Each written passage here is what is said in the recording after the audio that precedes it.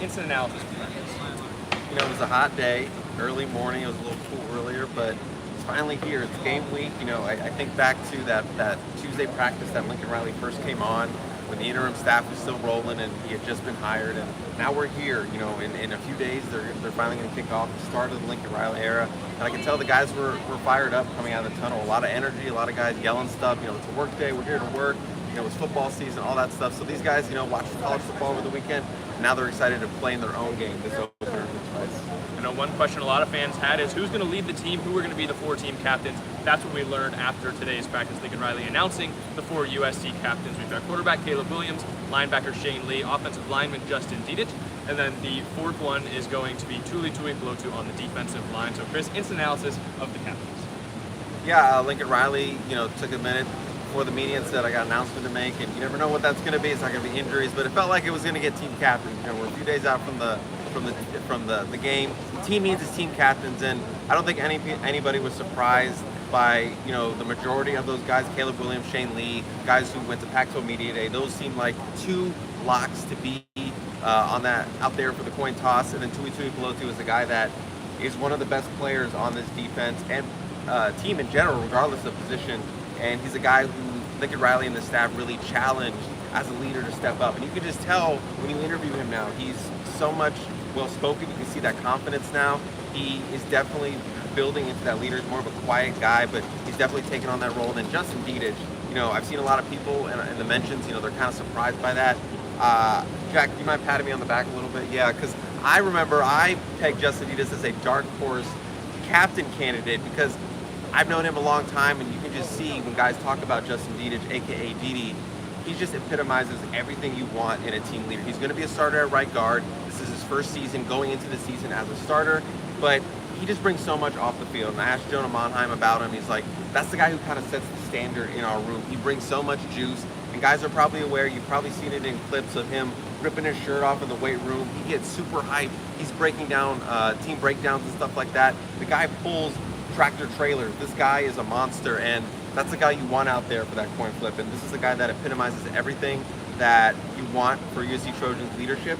He kind of mentioned that, it's been tough here sometimes. He hasn't always been with the ones, but he felt always a part of the team, and he's super honored, super humbled to be chosen by his teammates to be a captain, and he's honored to kind of go through and lead these guys. But he mentioned, they're not just the only captains on this team. He mentioned other guys, Malcolm Epps, Alex Stathouse is a guy, Andrew Voorhees. There are multiple captains across this team, so it's just not those 4. And he said we have to be a player-driven team. So I think that's the goal for them and moving forward. And I think that's a really good start. 4 talented captains to kind of lead this team into Saturday. Well, congratulations on the correct prediction. I think it's easy to look across the offensive line, see Andrew Voorhees, preseason All-American, assume he might be a captain, or Brett Nealon, the center. But Justin Dedich mentioned he's been here for 5 years. He's on his 4th coach now. He's been through it all. It's super great that he gets to be a USC captain. Another thing, Coach Lincoln Riley said that a depth chart will be released tomorrow after practice. Everyone was kind of wondering, where's the depth chart? We got game notes, Mundo depth chart. We're going to get one tomorrow. Absolutely. I know a lot of people were like, where's the depth chart? Where's the depth chart? Like you just mentioned, a bunch of coaches across the country are not releasing depth charts. That's kind of the new wave in college football. But Lincoln Riley said, yes, that's how we've always done it. We're going to do it that Wednesday after practice because what he's preached all spring and offseason is competition.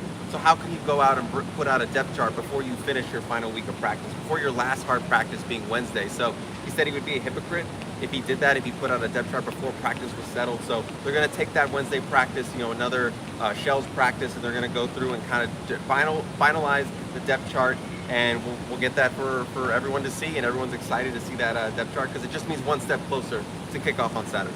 One position that might not be fully represented on the depth chart is the left tackle battle. Offensive line coach Josh Henson mentioned that battle might go all the way through the Rice game. We may see multiple guys slot in at the blind side of Caleb Williams. What was your analysis of what Coach Henson said about that?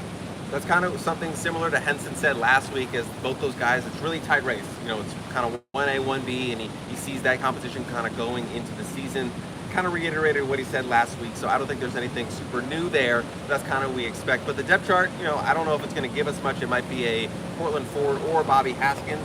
I still feel like Portland Ford will be the first tackle that they kind of trot out there. Haskins is coming back from that injury, still has to kind of catch up with the scheme, but I think he's going to play a lot.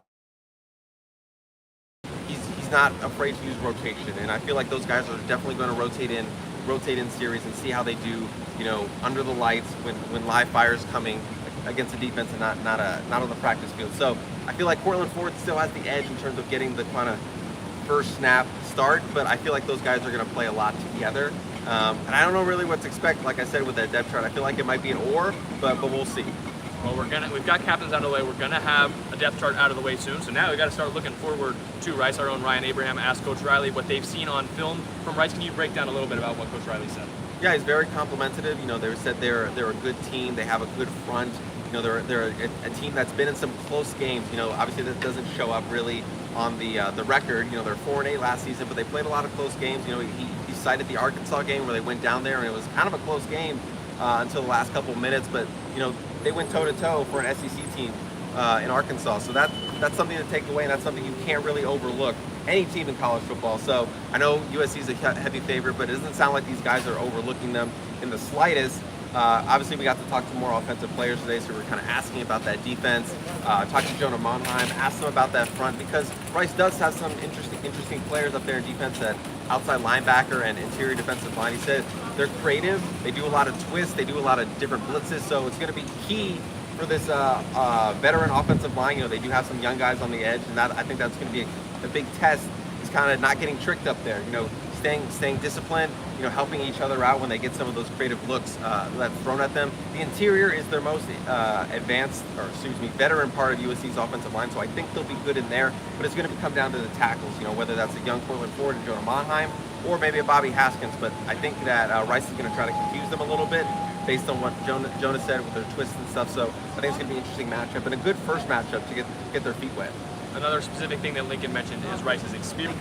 Two big guys returned to practice fully, it seemed. Solomon Tuipulotu, for the big solo fans out there, he was dressed out once again, and he looks like he participated fully in practice. He did participation against the scout team defense, so it looks like he's preparing to play this weekend. And then Kyle Ford, wide receiver, who's missed, I would say, about 2 weeks of practice. He was back fully dressed. It looks like he was doing the on-air stuff, so it looks like he's progressing to being possibly available. Some guys that were out there were not dressed. Jason Rodriguez, Chris Thompson Jr. did not participate, and they were not dressed out. Damani Jackson also was out. And another positive sign, Romello Height, he's been rocking the yellow non-contact jersey, USC's starting edge rusher. He did not have the yellow jersey today, and that's good. His arm is braced up, his shoulder was braced up a little bit, but he looked good to go. Looks like he'll be on track to play. Corey Foreman, he's not on an injury watch, but I know people like to see what's going on with Corey. He was fully dressed, and he looks good to go for this weekend. And Bryson Shaw and I'm blanking on it, Xavier Alford, they both were dressed out, but they were limited. They were held out to rehab and outside of the team warm-up stuff. So it seems like they're kind of questionable going to. Bryson has not practiced in a while, since the start of fall camp, really. So I would say he's doubtful.